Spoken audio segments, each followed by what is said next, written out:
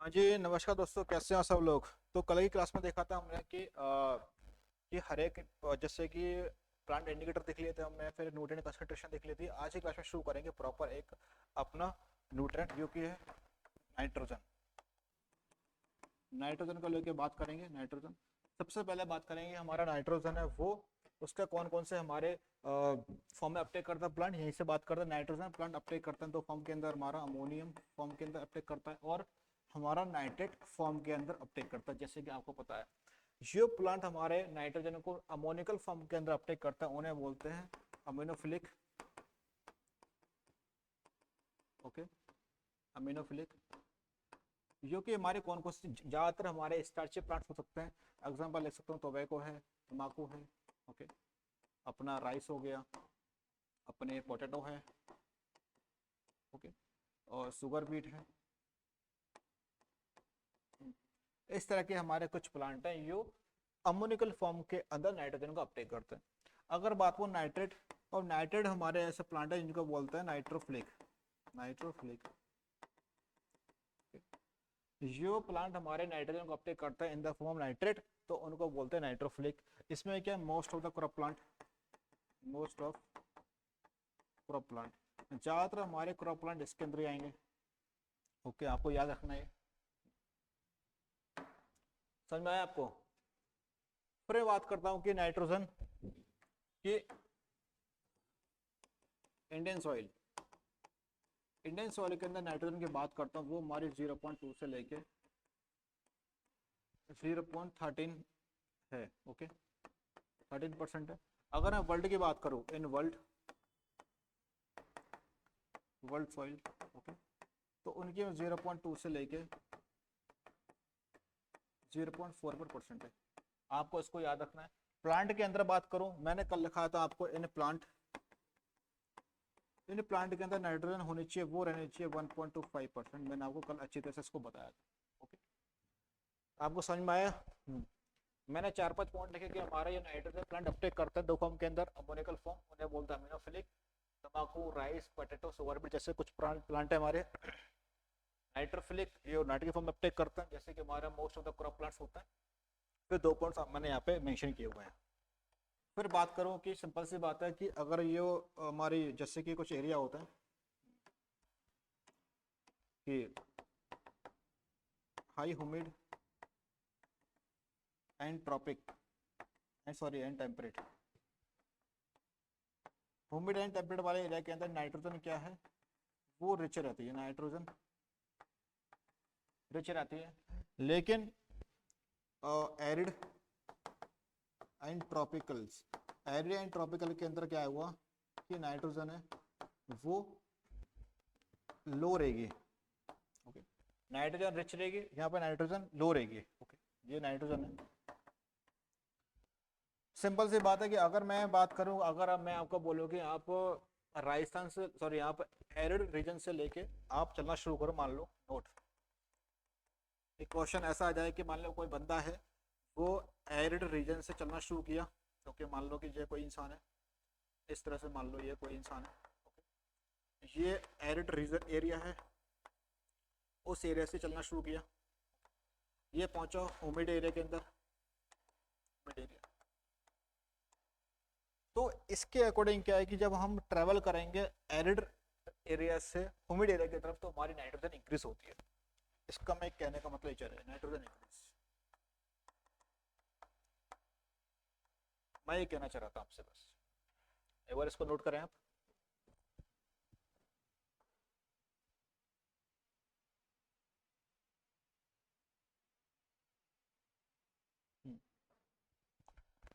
फिर बात करता हूँ मैं नाइट्रोजन के फंक्शन को लेकर बात करते हैं।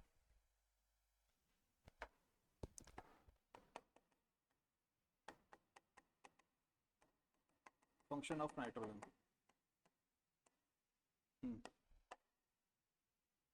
फंक्शन ऑफ नाइट्रोजन की बात करेंगे तो सबसे पहले बात करेंगे कि हमारे जैसे कि बेसिक ऑफ लाइफ होती है, बेसिस ऑफ लाइफ की बात कर सकता हूँ मैं, कि जो बेसिस ऑफ लाइफ होती है हमारी, basic constant of life, formation of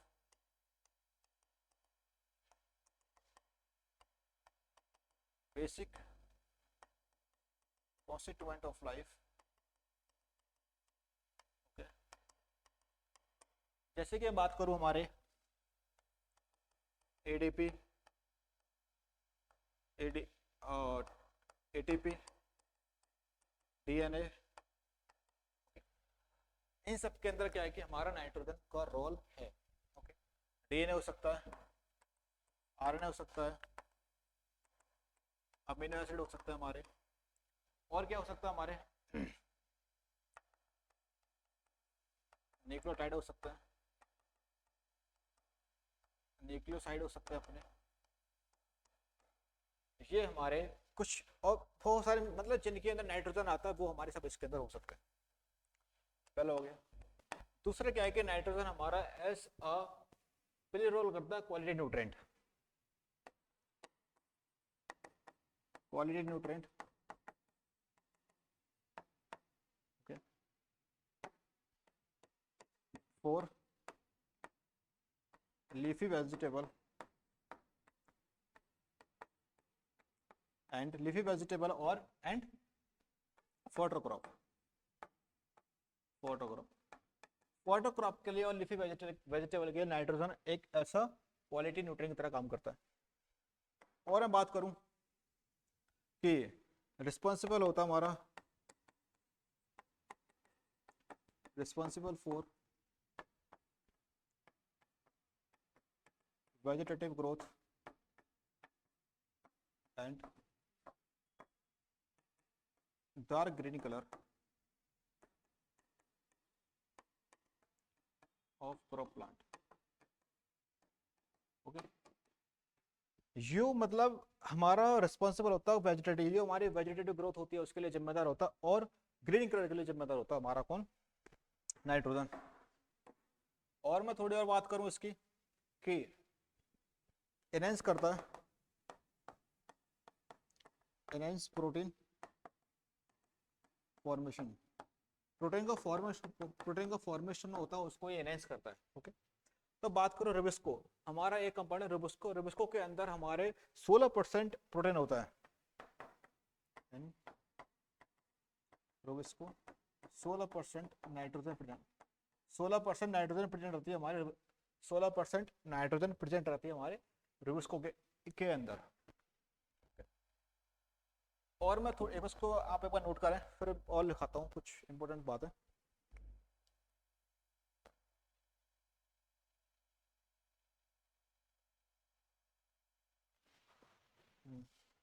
okay, फिर अगर मैं और बात करूं जैसे कि नाइट्रोजन हमारा एसेसरी न्यूट्रिएंट है,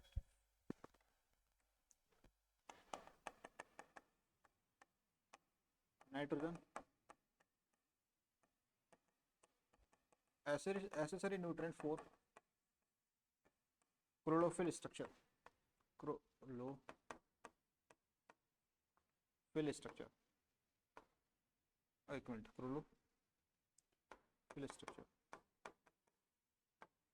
जो हमारी क्लोरोफिल स्ट्रक्चर है उसके लिए हमारा एक ये एसेसरी न्यूट्रिएंट रहेगा हमारा कौन सा, नाइट्रोजन। मेन कौन सा है हमारा, मेन कौन सा है, मेन कॉन्स्टिट्यूट कौन सा हमारा, main constitute of chlorophyll. Okay, वो हमारा है मैग्नीशियम, Mg रहेगा।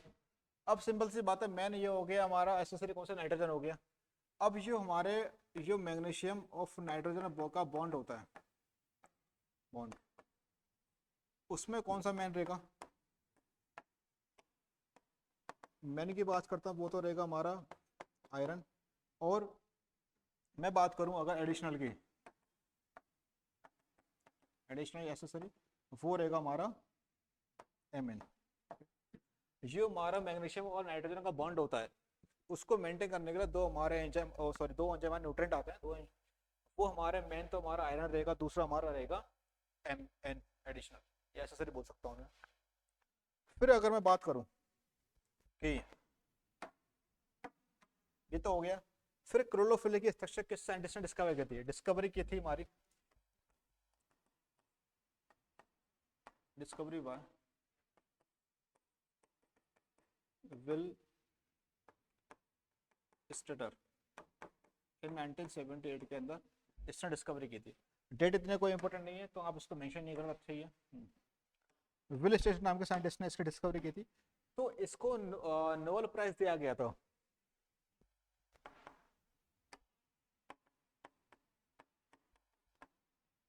Nobel prize for the structure and purification okay. तो विल स्टेटर, तो विल, इसका नाम पूरा है रिचार्ड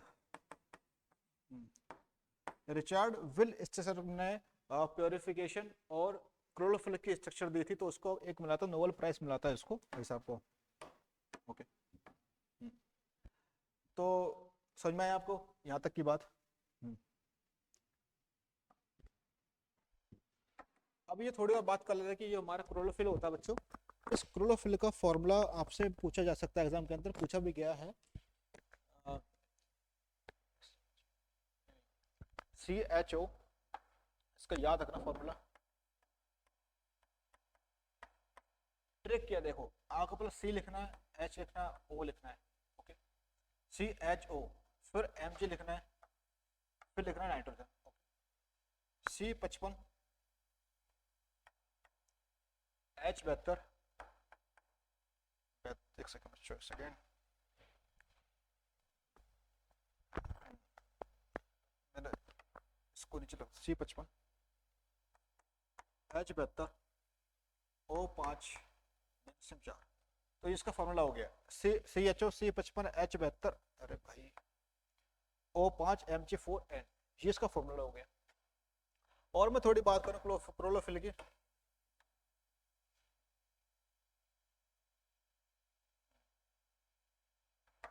इसके अंदर क्या है क्लोरोफिल के अंदर? इसके अंदर एक 4 फायरिंग रिंग होती है। ओके, 4 पायरो रिंग होती है इसके अंदर। ओके, समझ आया? 4 एक 4 फायरिंग रिंग होती है, 4 पायरो रिंग होती है। अब ये हमारे 4 पायरो रिंग है। जैसे कि बात करूं इसकी मैं, 4 पायरो रिंग से होती है। एक इसके अंदर क्या है, जैसे कि मार्क कर सकते हैं, ये है हमारा Mg, इस तरह से इसके ऊपर हमारी 4 पायरो रिंग होती है, इस वजह से नाइट्रोजन लगा रहता है यहाँ पे।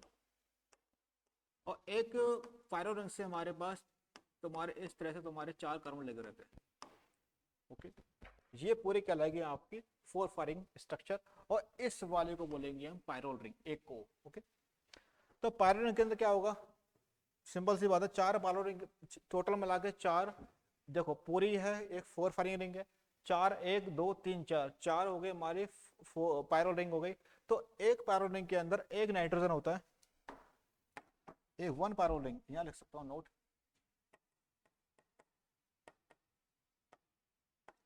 1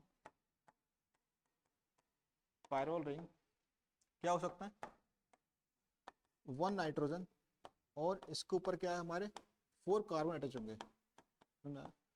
एक नाइट्रोजन होगी, उसके ऊपर हमारे 4 कार्बन अटैच होंगे इस तरह से।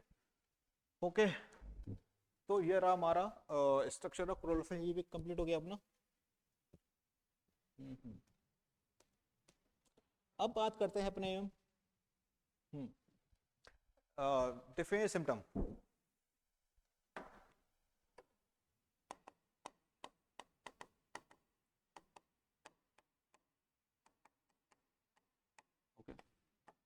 सिम्टम्स, आपको पता है कि हमारे एनपीके का डिफरेंट सिम्टम कहाँ पे आएगा, ओडर उस पे आएगा, सिंपल सी बात है।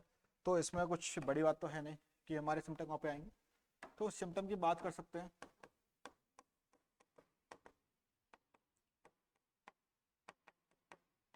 ओके, थोड़ा, हाँ अब ठीक है। हाँ, तो कहाँ पे आएंगे सिम्टम, कहाँ शो होंगे, ऑन लोअर या older leaf of plant, plant के ये ओल्डर या लोअर लीफ में आने सिम्टम आएंगे इसके। ओके, फिर अगर मैं बात करूं कि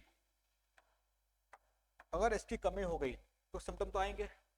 तो हमारी जो लीफ है वो हमारी, मैंने बताया था कि नाइट्रोजन की डिफिशियंसी की वजह से हमारी लीफ में ये सिम्टम बनेंगे वो बी शेप में आएंगे। ओके,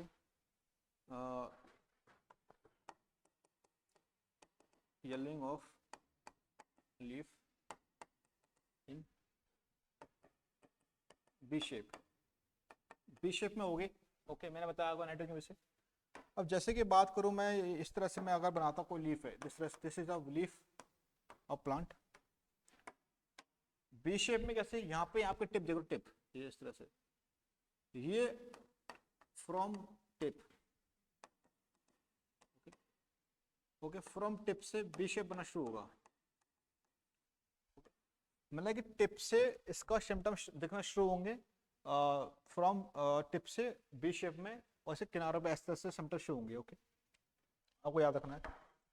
अब बात करूं मैं इंडिकेटर प्लांट कौन सा रहेगा इसका। मैंने को बता रखा पहले कि इंडिकेटर प्लांट कौन सा है इसका, कॉलीफ्लावर या कैबेज हो सकता है, या ब्रासिकस फैमिली हो सकती है।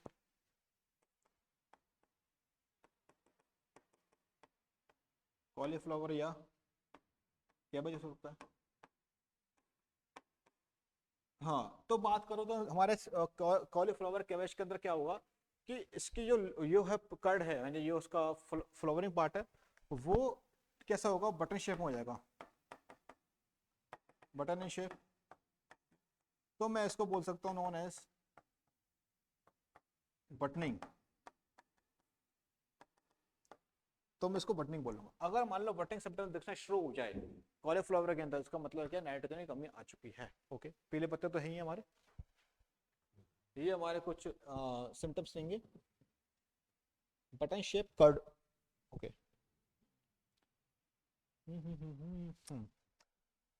बटन इन, एक सेकंड, बटन शेप, इसको पूरा लिख लो, बटन शेप कर्ड, मतलब उसका फ्लावरिंग वाला पार्ट होता है जिसमें गोभी लगती है, उसको बोलते हैं कर्ड। okay, वो।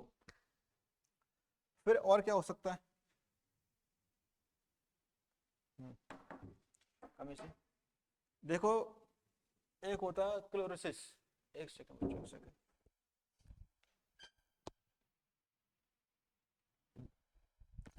तो जैसे कि बात करूं मैं, क्लोरोसिस क्या मतलब क्या होता है। अगर बात करूं क्लोरोसिस, क्लोरोसिस का मतलब होता है lack of leaf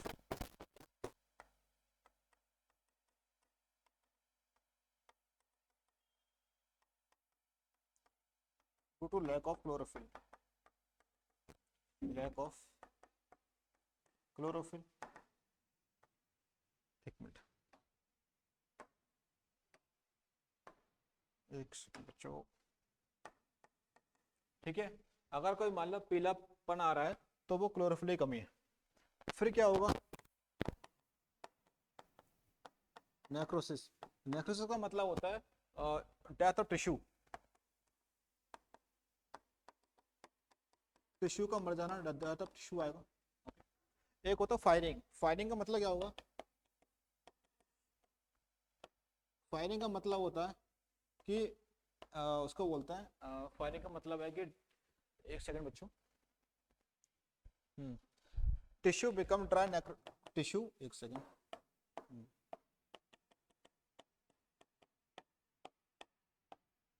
tissue become dry,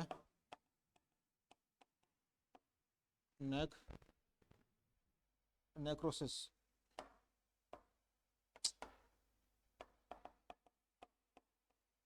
necrotic बोलो, नेक्रोसिस।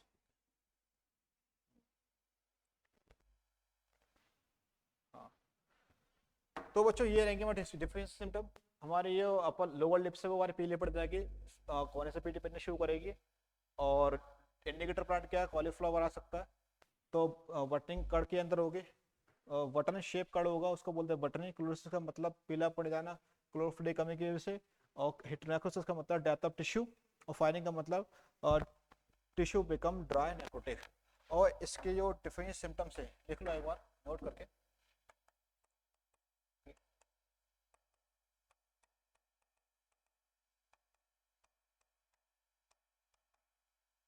सिम्टम्स, बस पूछा जाता नहीं, लिख लो आप कि डिफेंस सिम्टम हमारे किसने बताए थे, शर्मा एंड अग्रवाल।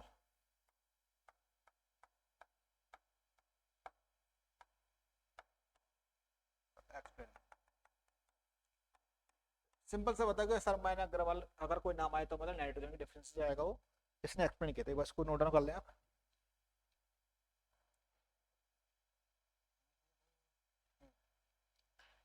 फिर बात करूंगा मैं एक्सेस के बेस से कि एक्सेस के बेस से क्या होगा नाइट्रोजन के अंदर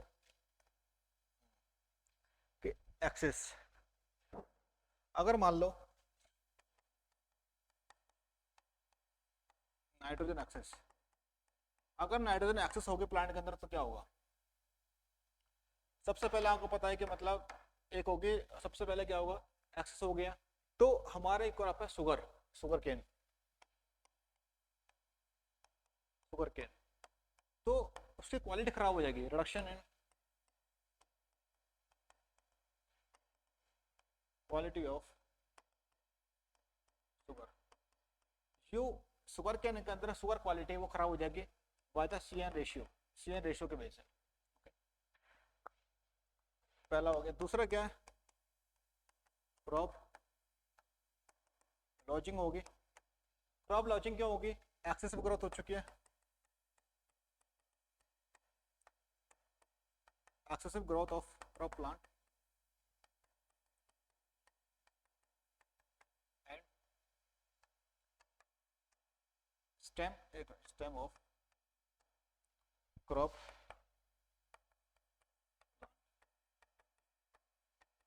fall on the ground, हमारे ये ग्राउंड के ऊपर गिर जाएगा वो, ओके याद रखना।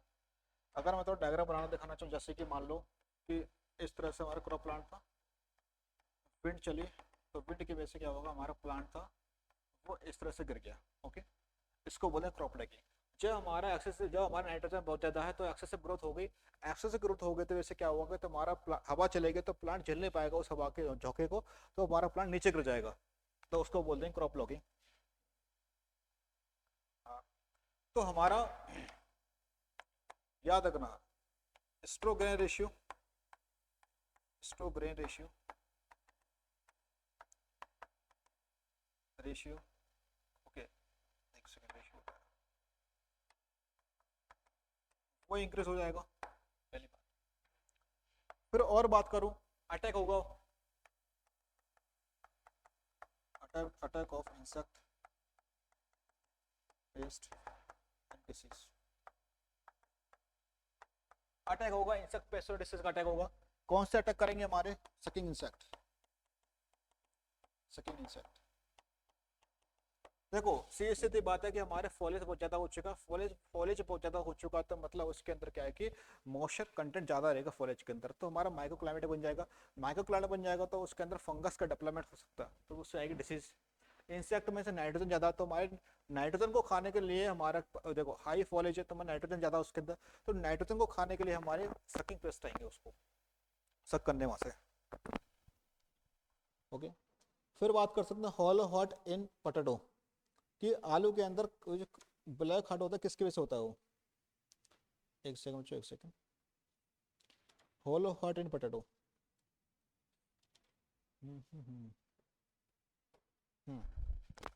देख सकते हैं यहाँ पे आप,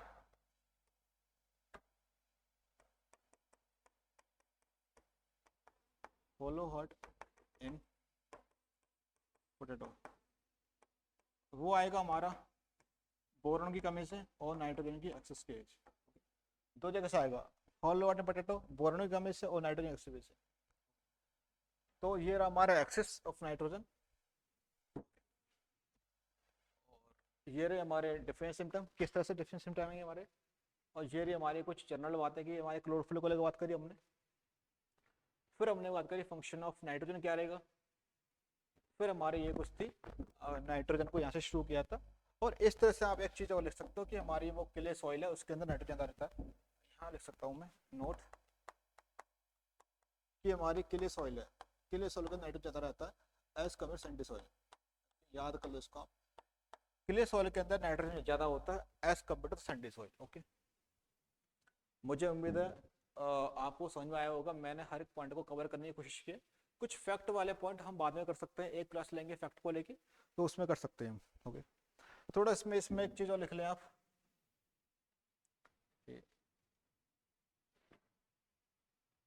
चलो वो आप मैं एक साथ ही करा दूंगा उस चीज़ को, मैं अभी रहने देता हूँ।